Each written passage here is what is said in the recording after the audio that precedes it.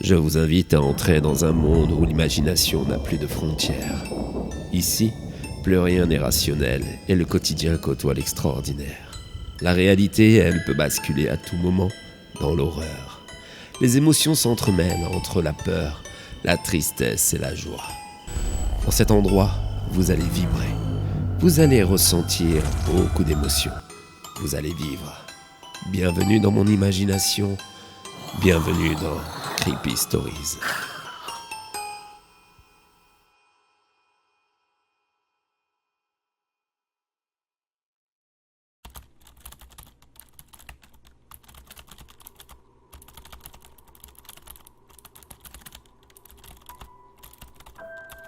J'ai mal agi et j'en suis désolé.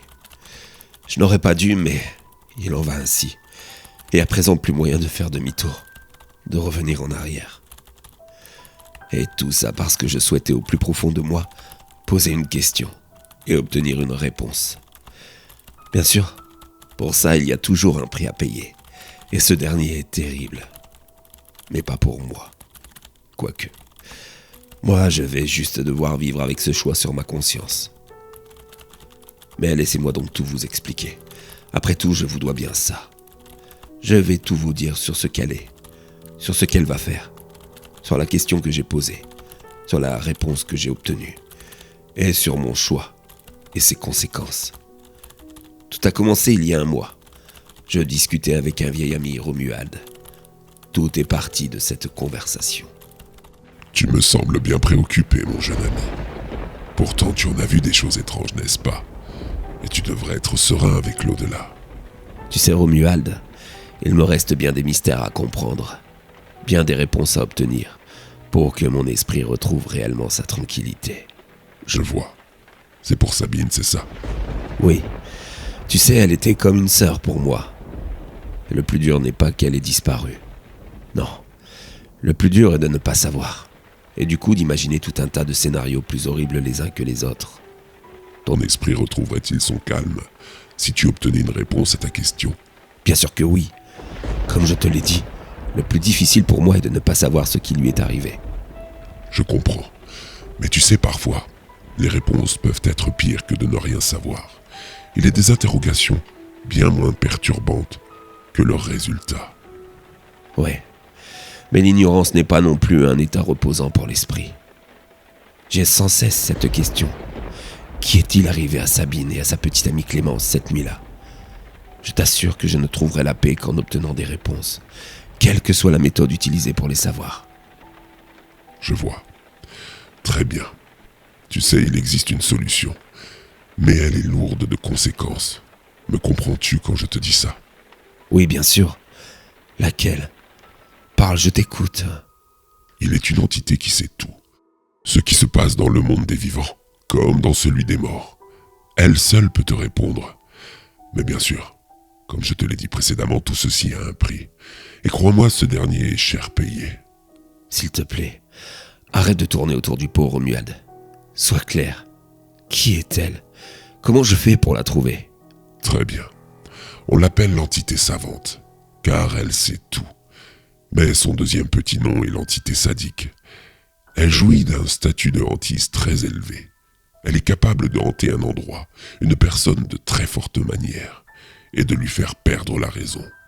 C'est d'ailleurs son passe-temps favori, d'où ce surnom. Crois-moi, il ne vaut mieux pas être sa victime au risque d'y perdre totalement son esprit. Pourtant, si tu veux ta réponse, après te l'avoir donnée, ce sera le prix à payer. Je suis prêt à subir cette hantise pour obtenir cette réponse. Crois-moi, je suis déterminé. C'est bien là qu'elle se montre sadique. Tu devras dénoncer une personne de ton choix pour lui faire subir ce terrible sort. Et tu dois forcément le faire sur une personne que tu aimes. D'accord. Je vois. Ainsi, elle me torturera aussi l'esprit d'avoir désigné une personne que j'apprécie pour lui faire subir un sort. C'est malin. Malin et cruel. D'ailleurs, dis-moi plus sur ce sort. Que leur arrive-t-il? Oh, rien de bien joli, crois-moi. Tout commence par ces murmures glaciales, signe annonciateur d'une terrible hantise. Seuls les plus forts psychologiquement s'en sortent. L'entité va hanter son cobaye de toutes les manières possibles, lui jouant des tours, utilisant ses propres peurs.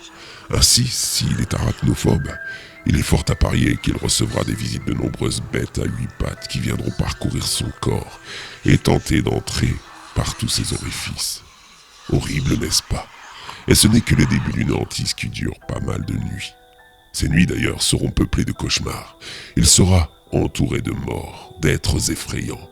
L'obscurité deviendra son pire ennemi. Et il n'y sera jamais seul. Cette hantise dure en moyenne 1 mois, au cours duquel bon nombre de ses victimes ont perdu la raison complètement. Tu vois, parfois il est des interrogations plus apaisantes que les réponses. Ouais, je comprends. Mais crois-moi, j'ai besoin de savoir, besoin d'avoir des réponses. S'il te plaît, dis-moi où je peux entrer en contact avec elle. J'ai besoin de connaître la vérité. Très bien, je vais tout te dire, même si tu risques fort de le regretter. Merci Romuald. Tu es un vrai ami. Et tu me manques beaucoup depuis que tu nous as quittés.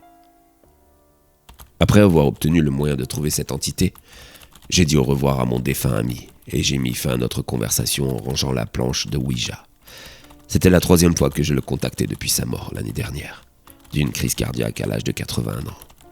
C'était comme un père pour moi. J'ai beaucoup souffert de sa disparition. Heureusement qu'il nous reste ces contacts spirituels pour communiquer l'un avec l'autre. Pourtant, si je n'ai jamais eu de mal à le contacter à travers ces divers moyens, il en est tout autrement pour Sabine, ma meilleure amie disparue cet été 2020, alors qu'elle était en vacances avec sa petite amie. C'est d'ailleurs ce qui me laisse un mince espoir. Si je n'arrive pas à communiquer avec elle, c'est que peut-être elle est toujours vivante. Peut-être même que je peux la sauver. Il fallait que je sache. Alors, j'ai fait le nécessaire pour rentrer en contact avec cette entité savante, comme me l'avait dit l'esprit de Romuald. J'ai dû trouver un endroit isolé et abandonné près d'un bois. Avec un bâton, j'ai tracé un cercle sur le sol. J'y ai allumé 6 bougies et j'ai attendu. Il faisait froid et rester seul dans un endroit aussi lugubre n'a pas été facile, même si je suis habitué à ce qui est effrayant. J'ai patienté. Ouais, patienté en me remémorant mon amitié avec Sabine. Sabine, c'était mon amie depuis la primaire. Un vrai garçon manqué. Elle m'a tout de suite plu avec son franc-parler, son fort caractère. Et puis elle jouait super bien au foot pour une fille. Enfin, ça c'est ce que je pensais à l'époque dans ma tête de petit garçon. À l'adolescence, Sabine s'est féminisée, devenant une jolie jeune fille. Et mon amitié pour elle s'est peu à peu transformée en amour. Mais un amour pas tout à fait réciproque. Car dès ses 15 ans, Sabine s'est montrée bien plus attirée par la gente féminine que par les garçons. J'ai donc dû me rabattre sur son amitié, qui au fur et à mesure des années s'est transformée en un amour fraternel. Elle est comme une sœur pour moi. On veillait l'un sur l'autre. Et les années ont filé. J'ai fait ma vie, eu des femmes, des enfants, et elle, une petite vie mouvementée jusqu'à Clémence, sa chérie, avec qui elle s'était pacsée depuis 12 ans, trouvant ainsi une vie sentimentale stable. C'était un vrai couple rempli d'amour, dans lequel finalement j'ai trouvé ma place, comme un frère, un confident. L'été dernier, elles ont décidé de faire un road trip en Europe avec un van. 3 semaines sur les routes d'Espagne, du Portugal et de l'Italie. Elles étaient enchantées. Les 8 premiers jours, elles agrémentaient leur Instagram de stories, où elles nous faisaient profiter de somptueux paysages qu'elles traversaient. Mais le 9e jour, dans le sud du Portugal, elles ont cessé de donner des nouvelles. Elles ont disparu, devenues injoignables. Bien sûr, une enquête a été ouverte, et la police locale a fini par retrouver le van. Mais aucune trace de Sabine et Clémence.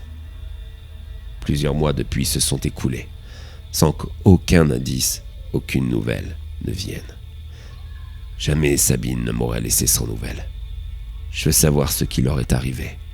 J'ai besoin de connaître la vérité. La nuit fraîche s'est mise à tomber, et je suis resté prostré sur moi-même, à regarder le ciel en attendant la visite de cette entité. Et j'ai fini par m'endormir. Et là j'ai tout vu. J'ai vu le van de mes 2 amis garé près d'un lieu touristique sauvage, exactement à l'endroit où la police l'avait retrouvé. J'ai vu l'étrange voiture noire qui les avait suivis auparavant, cette silhouette patibulaire qui se dirigeait vers elle avec détermination. J'ai vu les coups portés, leur kidnapping, les tortures, les viols, les sévices corporels qu'elles ont subis pendant plusieurs jours par cette ordure, cette brute épaisse. Elles ont fini par succomber, des blessures trop profondes qu'il leur avait infligées à l'arme blanche. J'ai vu cet endroit poisseux se remplir de leur sang lorsqu'il les a découpés à la scie, pour certainement cacher les morceaux de cadavres dans de vulgaires sacs poubelles. Ces derniers d'ailleurs ont été jetés dans une fosse bien cachée, où d'autres sacs s'y trouvaient, certainement d'autres victimes. Je me suis réveillé en sursaut, en pleurs. Je prenais conscience de l'horreur qu'elles avaient vécue. J'étais partagé entre la tristesse et la haine. Lorsque j'ai levé les yeux, je n'étais plus dans le même endroit et j'ai vu cette entité. Le jour s'était levé. Elle se tenait là devant moi, tel un adulte déguisé en fantôme, sauf qu'elle n'avait pas de jambes. J'ai compris. J'ai compris à cet instant-là qu'il fallait faire un choix. Nommer la personne qui subirait ce mois de hantise. Tel était mon dû. J'ai d'abord tenté de le faire subir à cette ordure, mais il ne peut s'agir que d'une personne que j'aime. Je me suis alors nommé, mais il a refusé en faisant un nom de la tête. Alors j'ai dû dire un choix, et je suis reparti de cet endroit.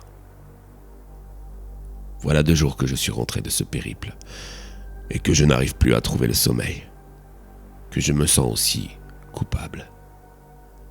J'ai installé la planche de Ouija, et je m'apprête à contacter mon vieil ami Romuald, car j'ai besoin de réponses. Ah, mon jeune ami, te revoilà. Alors, as-tu obtenu des réponses? L'entité savante t'a-t-elle révélé la vérité? Ouais, j'ai tout vu. Et à présent, je sais qu'elles sont mortes assassinées par un pourri. Mais si elles sont mortes, pourquoi je n'arrive pas à communiquer avec elles comme je le fais avec toi? Tout ça est bien plus complexe que ça n'en paraît. Vois-tu, de mon vivant, j'ai toujours cru au paranormal, à la communication avec les morts. Du coup, notre contact est peut-être plus simple pour nous. Je comprends. Sabine avait un esprit très cartésien et ne croyait pas en ces choses-là. S'il en était ainsi de son vivant, il doit en être ainsi aussi après sa mort. Pour communiquer avec les vivants, tu sais, il faut déjà y croire et le vouloir. Et tu ne peux pas, je veux dire... Non, malheureusement. Tu te doutes bien que si j'avais pu, je l'aurais déjà fait depuis longtemps. Oui. J'ai d'autres questions pour toi. D'abord, à propos de mon choix, tu sais, est-ce que tu peux me dire si la hantise a commencé? Je veux dire que je culpabilise un peu et... Non, pas encore. Cette entité savante est aussi sadique, je te l'ai dit. Elle aime attendre avant de déchaîner ses tourments. Je comprends ta culpabilité, mon jeune ami. Puisse ton choix être à la hauteur de cette terrifiante épreuve. Ouais, je l'espère aussi de tout cœur. Je m'en veux tellement. J'ai une dernière question. Existe-t-il une entité capable de tuer un humain, de la pire espèce? Oui, bien sûr. Elle est l'entité bourreau, la plus effrayante qui existe. Tu peux lui demander tout ce que tu veux sur la mise à mort de ton ennemi. Le modus operandi. Tout. Mais je suppose qu'il y a un prix à payer pour ça. Bien sûr que oui. Et il est très lourd, tu sais. Je te demande de bien réfléchir avant de prendre une décision hâtive. Tu es déjà assez perturbé comme ça. Oui, sage décision. Merci à toi, mon vieil ami. Au revoir et à bientôt. Tel que je suis là, je suis parti me faire un café en repensant à tout ça. À ces visions cauchemardesques de mes amis souffrants. À ce pourri qui leur a fait subir tant de sévices. À ce que je dois faire. Tiraillé entre l'envie de me venger et ma raison qui tente de me calmer. Et vous? Oui, vous.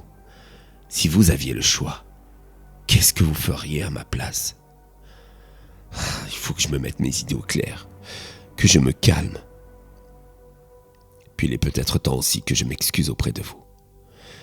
Car oui, au moment de mon choix, je n'arrivais pas à désigner une personne bien précise. Alors je lui ai laissé le choix parmi vous toutes et tous, chers abonnés.